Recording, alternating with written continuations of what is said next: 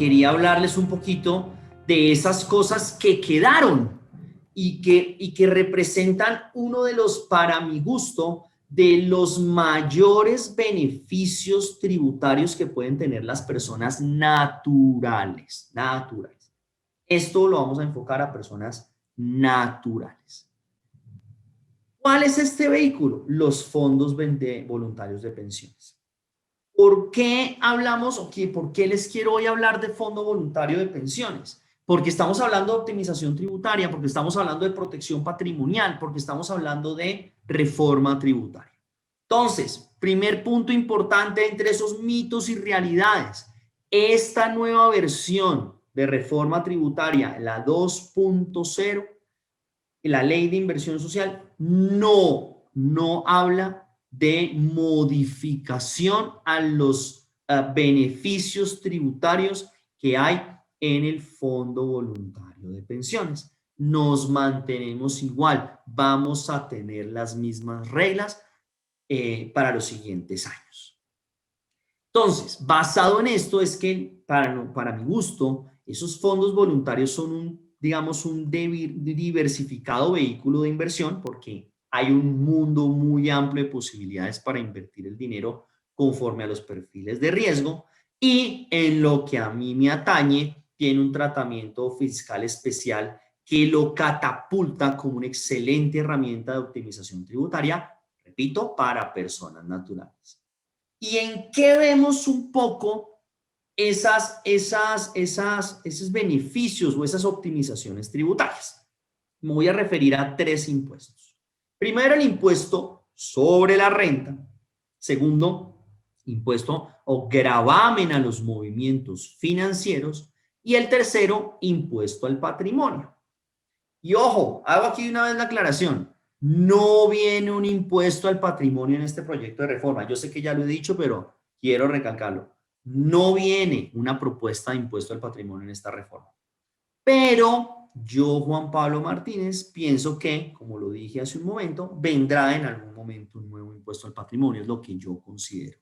Entonces, pues, ¿qué es importante? Que cuando uno ve que posiblemente va a ocurrir algo, uno debe planear con tiempo. Entre más antes, perdónenme la coloquialidad y lo mal de la expresión, pero entre antes haga yo planeación tributaria, mejor me va a ir.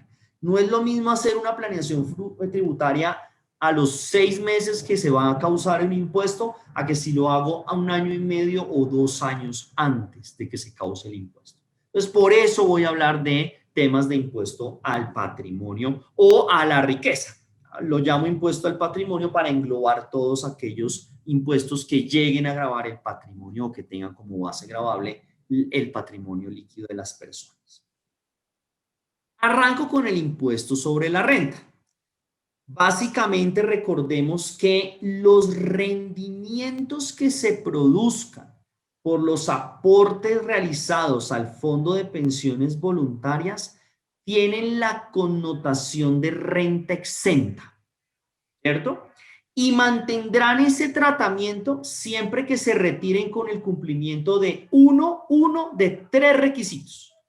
Primer requisito, que se haya generado de aportes que hayan permanecido mínimo 10 años en el fondo.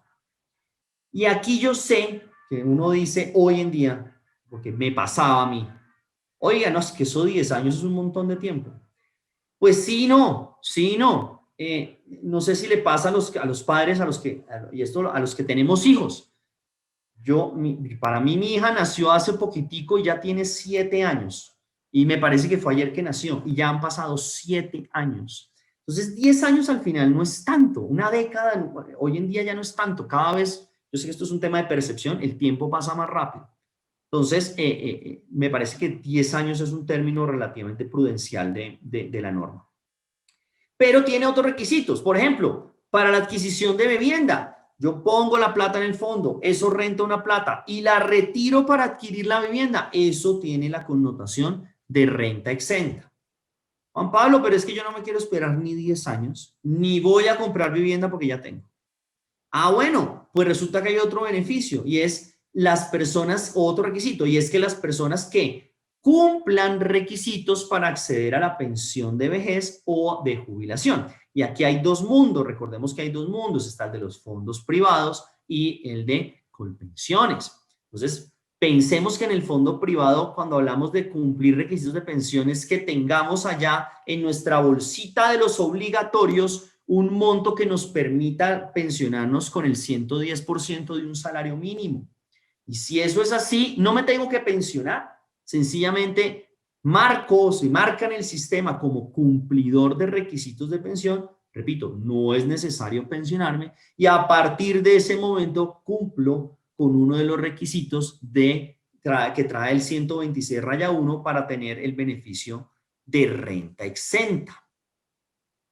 ¿Qué es importante tener en cuenta? El beneficio de los rendimientos exentos aplica para todos los aportes realizados, sin importar de dónde provengan. Es decir, normalmente tenemos la visión del fondo voluntario como recibo un salario, recibo unos honorarios por mis prestaciones de servicios y yo le digo a mi pagador, oiga, espere, mándeme por favor el 30% del valor que me va a pagar sin superar 3.800 unidades de valor tributario al año, mándemelo como un aporte voluntario al Fondo de Pensiones Voluntarias y reduzco la base gravable para efectos de tener una menor retención en la fuente y un menor impuesto de renta. Esa es la visión tradicional o esa es la primera, digamos, lo que primero a uno se le viene a la cabeza cuando hablamos de Fondo Voluntario de Pensiones. Pero recordemos que aquí los fondos voluntarios también pueden ser alimentados con, digamos, recursos que estén en mi patrimonio. Por ejemplo, vendí un inmueble y me gané una plata, pagué el impuesto de ganancia ocasional o el impuesto de renta si no era un activo fijo poseído por más de 2 años, pagué el impuesto y me quedó una liquidez. Yo puedo poner esa liquidez en el fondo voluntario y lo que produzca esa liquidez puede tener la connotación de una renta exenta. Por eso es que yo esto llamo un poco el estado del arte, porque si yo cumplo alguno de los requisitos invierto mi plata, gano rendimientos y no pago impuestos sobre esos rendimientos. Eso es lo que llamo el estado del arte de los fondos de pensiones voluntarias. Entonces yo puedo alimentar el fondo con esos recursos que están en mi patrimonio. O por ejemplo, los productos de la normalización tributaria. Los traje a Colombia, ya estaban en mi patrimonio. Pagué, bueno, en mi patrimonio económico, ¿no? No en mi patrimonio fiscal, porque por eso los estoy normalizando. Pero los normalizo, los pongo en el fondo voluntario, genero esa rentabilidad que estábamos hablando en los ejemplos de los slides anteriores cuando analizábamos numéricamente el impacto de la normalización tributaria. Y esa plata que genere, que me ayudó a recuperar un poco lo del impuesto de normalización, no pagaría impuestos sobre la renta, repito, si cumplo alguno de los requisitos que vimos anteriormente.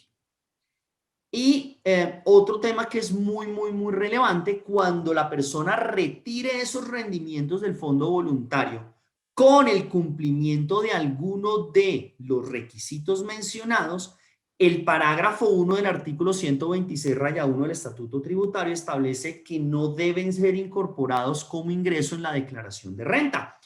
Invertí 1.000 millones, eso generaron 300 millones. Yo, Juan Pablo, cumplo alguno de los requisitos.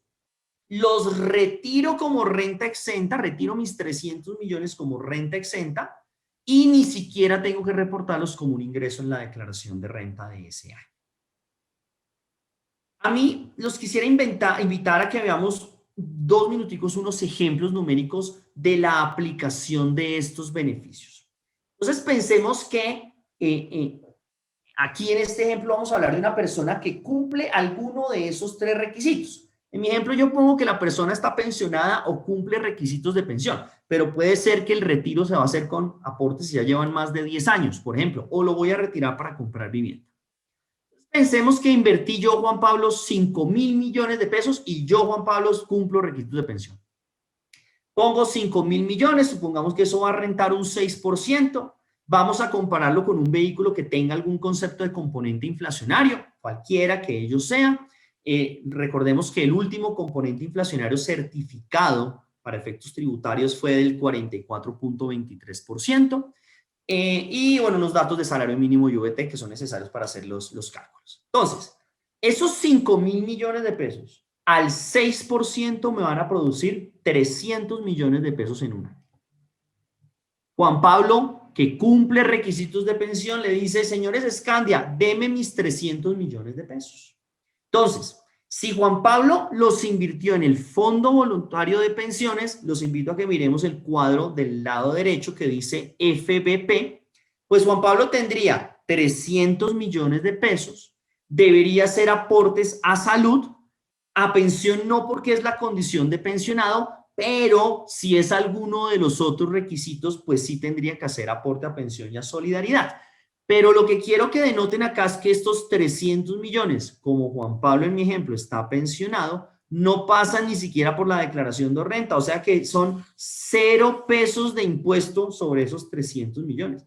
No me aplica la limitación del 40, ni de las 5.040, ni ninguna limitación. Todos los 300 millones de pesos son libres de tributación. ¿Qué pasa si esa inversión, esos 5.000 millones de pesos, se hubiesen hecho en un vehículo o en alguna inversión que tenga componente inflacionario?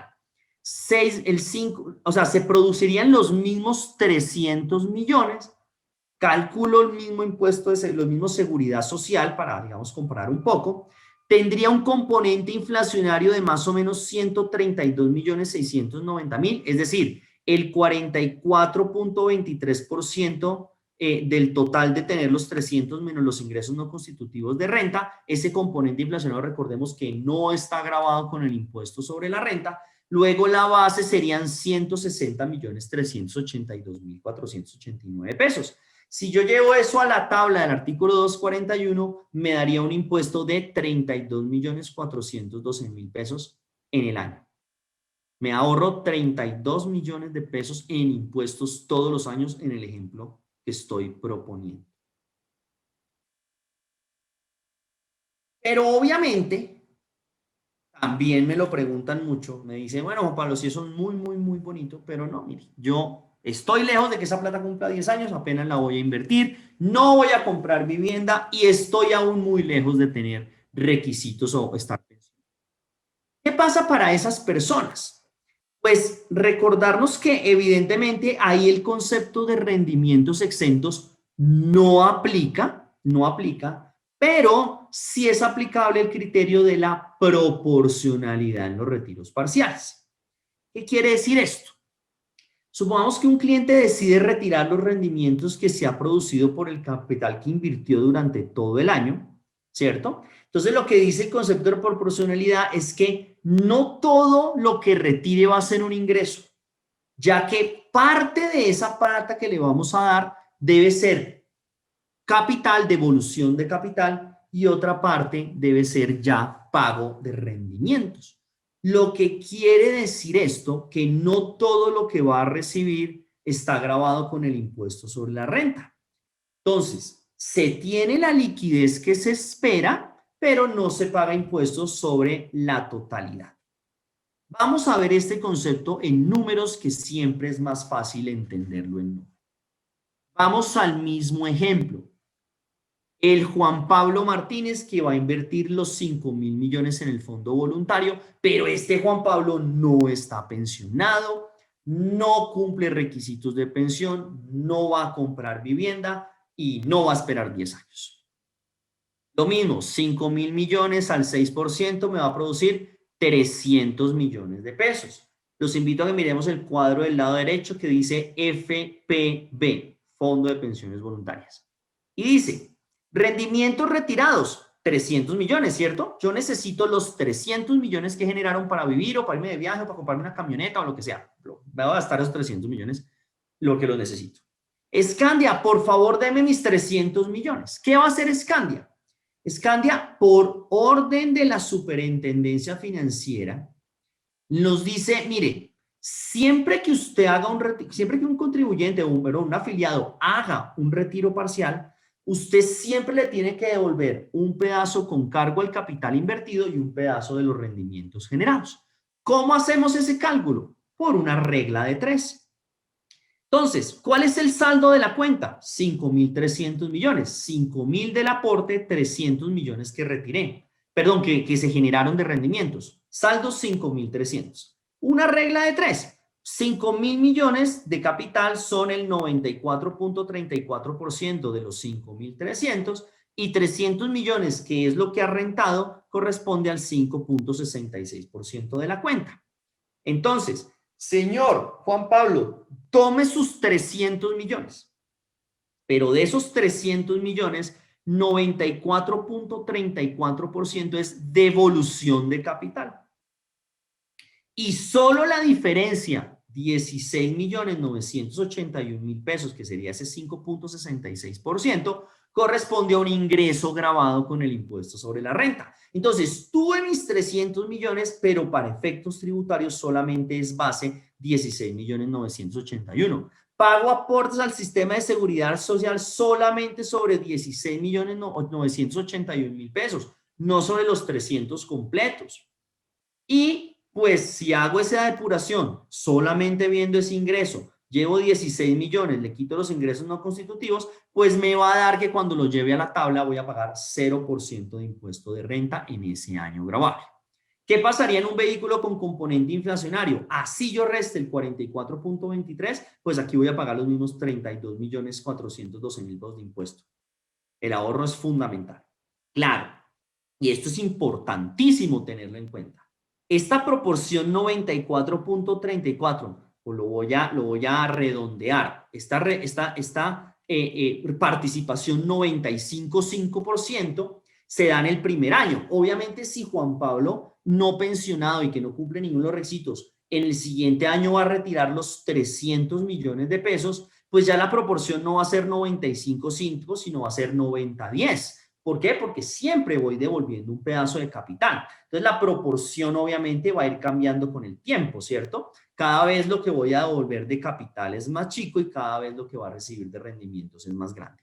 Pero si uno hace una proyección a 10 años, ¿por qué a 10 años? Porque en el año 11 ya aplica beneficio. Cuando uno hace esta proyección a 10 años, el impuesto de renta igual a través del fondo es muchísimo menor que haber pagado 32 millones de pesos todos los años de impuestos sobre la renta en cualquier vehículo de inversión con componente. Eso respecto al impuesto sobre la renta. Ahora, respecto al gravamen a los movimientos financieros, recordemos que los retiros que se hagan del Fondo Voluntario de Pensiones están exentos del gravamen a los movimientos financieros. Es el mismo impuesto del 4 por 1000. No están grabados con ese impuesto. Entonces, si Juan Pablo Martínez necesita los 300 millones, eso no paga GMF. Sea que Juan Pablo se lo diga, entréguemelo a mi cuenta o a mí un cheque, o gíreselo a el concesionario tal que me compré un carro nuevo. Ninguno de los dos giros va a generar un gravamen a los movimientos. Y por último, ¿cuál es el manejo patrimonial de los fondos voluntarios de pensiones? Planeando un futuro impuesto al patrimonio que pueda llegar a haber en alguna otra reforma tributaria. Pues recordemos que las valorizaciones que generen los fondos voluntarios de pensiones no son patrimonio desde el punto de vista fiscal, sino hasta que yo lo retire. Entonces, por ejemplo, Juan Pablo invirtió 4.800 millones en el fondo voluntario y supongamos que eso rentó al 7%, tuve un perfil súper agresivo y eso me generó 312 millones de pesos en el año. Yo no los retiré, siguen en el fondo voluntario de pensiones. Y hay un nuevo impuesto al patrimonio. Me van a decir, oiga, Juan Pablo, hay un nuevo impuesto al patrimonio con base gravable de 5.000. La respuesta en este ejemplo es que Juan Pablo no está sujeto a ese impuesto. ¿Por qué? Supongamos que es mi único patrimonio. Yo puse 4.800, se generaron 312 millones de rendimientos. El saldo de la cuenta son 5.112 millones, pero fiscalmente esos 312 millones no son parte de mi patrimonio. O sea, mi patrimonio fiscal sigue siendo 4.800. No pagaría impuesto al patrimonio sobre esas rentabilidades que se generen año a año. Si esos 312 lo multiplicamos por 10, pues son 3.000 millones de pesos que no van a ser parte de mi patrimonio y que no van a estar sujetos a este impuesto. Para los que también me lo preguntan mucho, para que lo tengan claro, esta posición ya ha sido aceptada por la DIAN. Es una pelea que los tributaristas hemos dado durante muchos años de argumentaciones jurídicas. Ya la DIAN lo ha aceptado, lo tiene en el concepto unificado 912 del 2018, donde entiende que las valorizaciones del fondo voluntario no hacen parte del patrimonio.